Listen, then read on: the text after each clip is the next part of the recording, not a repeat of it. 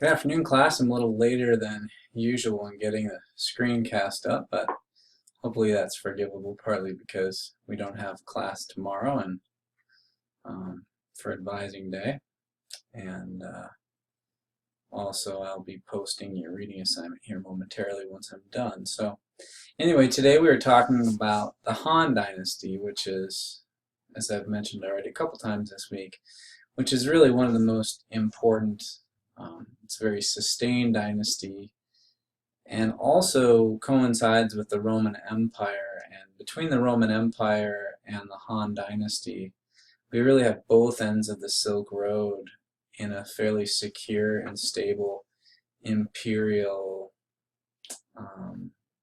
mode, an imperial pattern that serves to create quite a bit of stability for much of the known classical world at this time. In fact, we refer to this as the Pax Romana, or sometimes we refer to it as the Pax Sinica. It's essentially either the Roman or the Chinese peace, but really together the Romans reaching from the west to the east and the Hans reaching from the east to the west. We wind up with a period of remarkable prosperity and stability starting about 200 BCE. So this is our objective for today, and I'll skip through some of the things we've already talked about today. We didn't get as far as I had hoped, but I did introduce you to the first Han emperor, and his name was Liu Bang. And it's important to note that really Liu Bang, among his accomplishments, and I guess among his sort of subtle genius, was the fact that he could portray dramatic change in China even when dramatic change wasn't exactly happening. We talked about in class today how there were a number of different reasons why an emperor would not want to relinquish or hand over, give away all of the concentrated, centralized authority and power that had been created in the very short-lived Qin dynasty. So Bang is going to come into power and promise and act as though a new day is dawning in China, and on some level, and on a fairly significant level, that's true, but it's also worth noting that there were a lot of things from the Qin era that he retained. And so among the things, Liu Bang is going to really keep a fair measure of the legalist approach to government. There's going to be a fairly powerfully centralized government, but there are going to be some pretty big differences. And we talked a little bit about this today, that the government is going to have this grand council that consists of the emperor, his chancellor, or prime minister if you prefer that. And then there will be departments of taxes, military, and personnel, all of which suggest a more organized, or I shouldn't say more, a similarly organized and bureaucratic approach that had been taken during the Qin. But here's where the difference happens, and it could be that my picture here is blocking what you're seeing. But Liu Bang makes a number of concessions or cessions to the nobility. Remember, the nobility had felt neglected and taken advantage of and disrespected under the Qin Empire, and for good reason. Their lands had been taken, they had been redistributed to the peasants. We know that the aristocrats or the nobility were actively a part of the forces that ultimately brought about the end of the Qin Empire. They were waiting as soon as Qin Shi Huangdi showed the slightest sign of weakness and demise. They seized upon the moment and brought about the end of the Qin Empire. Well, Liu Bang, a peasant coming into office, he was no dummy. He understood that if he wanted to make his transition simple, or as easy as possible, he would swim with the flow of the stream, if you will, and he would give to these nobility some of what they wanted. And so he starts by giving away quite a bit of land, or restoring quite a bit of land. Now, not all. He's still going to keep quite a bit of the land for himself, but he does reward some of the most powerful families, the powerful aristocratic families, with large cessions of land. And a cession is just a handover, return, in this case, of land to these people. With the remaining lands, he's going to divide them up into commanderies that are then further broken down into prefectures. I think I talked to you about how magistrates were responsible on the very local level for dealing with the everyday issues of irrigation, registering citizens for the purposes of tax rolls and tax revenues, and also resolving disputes, so overseeing the courts. But we have a centralized system that is firmly under the control of the Han Emperor. He has done some favors and gained some support from some powerful and well-off families throughout the empire.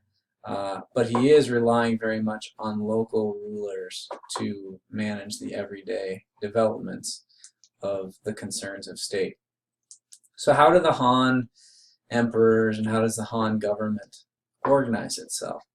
Well, it's interesting. So we know that Qin Shi Huangdi was a big, fierce legalist and was very smitten, well under the spell of the legalist doctrine of philosophy and government. There's going to be something of a market shift. As much as the Han use some of the benefits of a legalist approach to government, they are also going to portray their reign as one that is very much informed by the Confucian tradition. And if you think of Confucianism, as I've mentioned a few times in class, it does have some tremendous promise, some tremendous benefits in terms of the loyalty, the sense of duty that a citizen feels, the sense of order, responsibility that is felt by all. And this was a really useful philosophy for having a rather subdued, obedient, well-behaved citizenry. And so Confucianism was also a useful opportunity that the Han used to tremendous effect.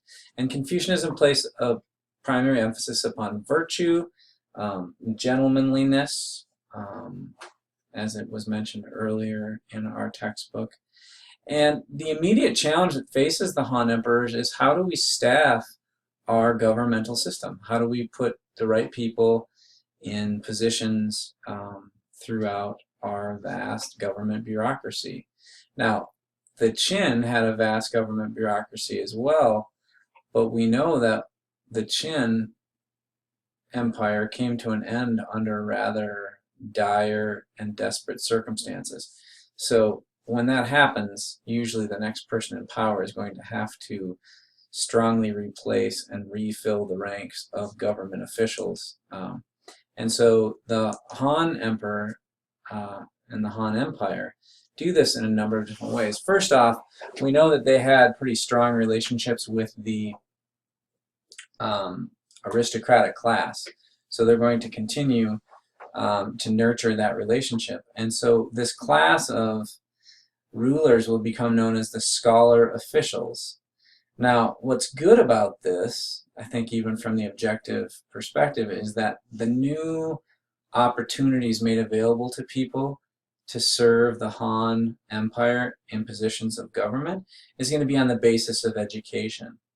But the problem is unlike the Qin Empire that placed its primary emphasis upon merit and one's performance on the battlefield and performance in service, performance in the farm field by producing crops and surplus. Now opportunity is going to be shift away from merit and to educational attainment. And what's concerning about this, at least compared to how things were under the Qin, is that then, to some degree as now, education tends to be something that has a socioeconomic aspect to it, right?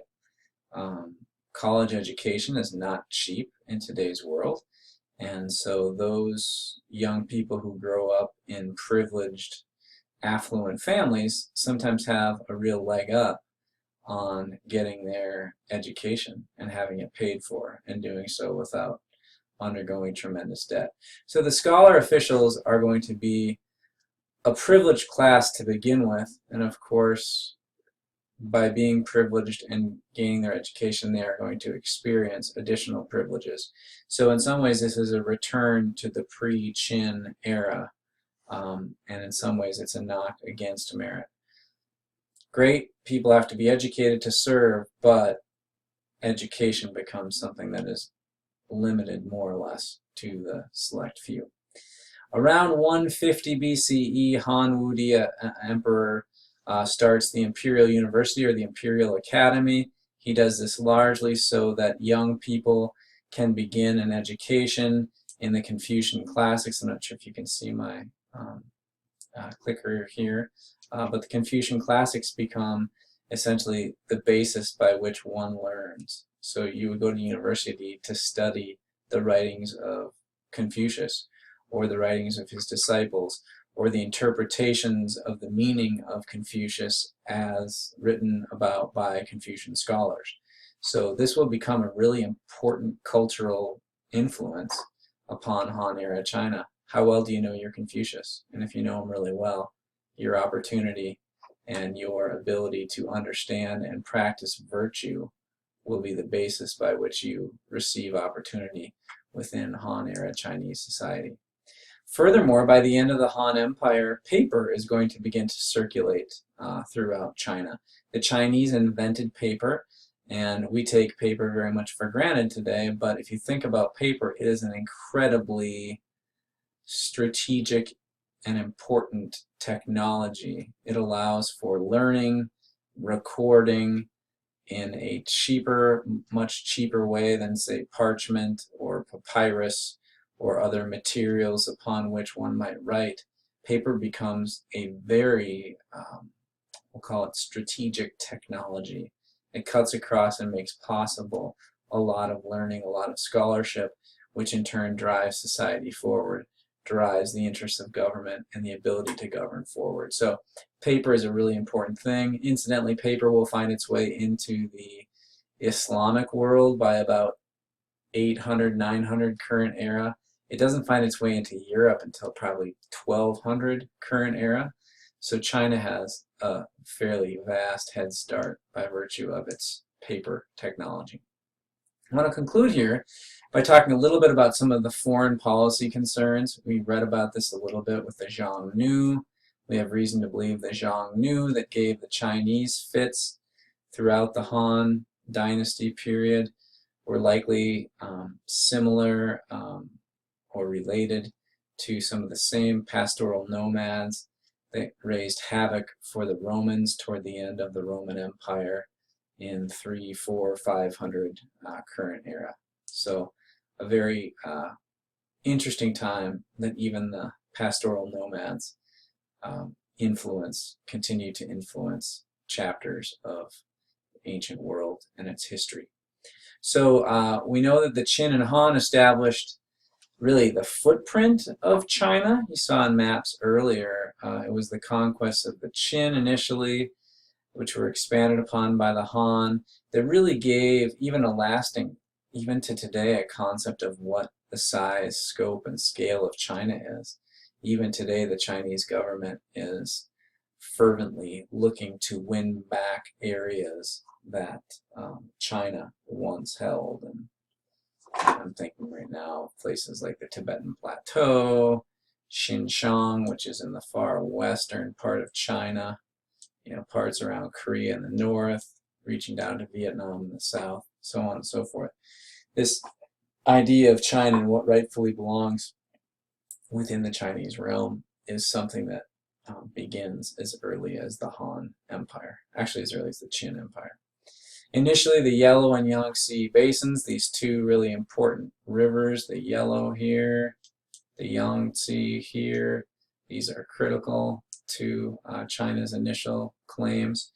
But the Xiongnu are a pastoral group that give China proper fits throughout much of the early Han dynasty. In fact, it's partly responsible for the relocation of the Han dynasty farther east over time. But through this process of interaction, the Chinese are also going to develop some pretty significant trade. And with that, I'll have to stop today. Thank you.